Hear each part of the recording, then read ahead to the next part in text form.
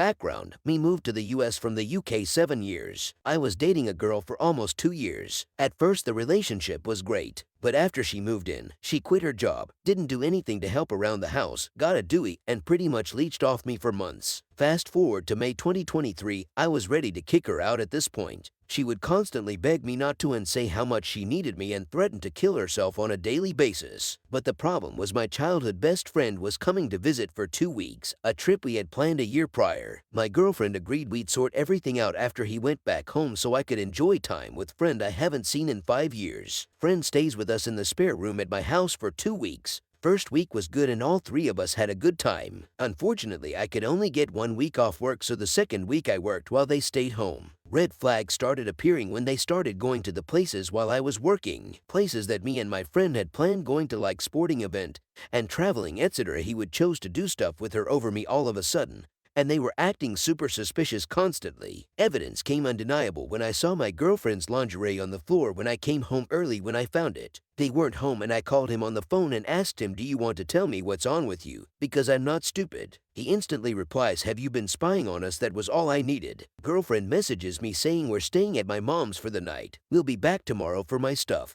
You may call me petty for this, but if you could experience my emotions at that point, you would do the same. I spent the next 6 hours throwing out every single one of her possessions. She never cleaned her cat's litter boxes, so I shoved them in her trunk of her car at the bottom, and then shoved all her clothes and items on top until her car was filled to the top. Any door you open would result in an avalanche of dirty clothes, boxes of random stuff, and cat poop. When the car was filled, the rest was thrown on the ground in a pile and got rained on. I text her one last time to tell her to grab her stuff ASAP. Do not come in the house as it will be locked. I blocked them both on pretty much everything. I left a note on her car simply saying, "Do not contact me ever again." I canceled her phone line and reported her phone lost and stolen so that phone or number could never be used again. I didn't see the reaction when they pulled up to her car the next day, and I really wish I did. I was so exhausted from the night before. I slept all day. When I woke up, everything on the ground was gone, but her car with all her stuff was still there. 2 weeks pass and the car is there. I would laugh anytime I look at it, thinking about when that car door first opens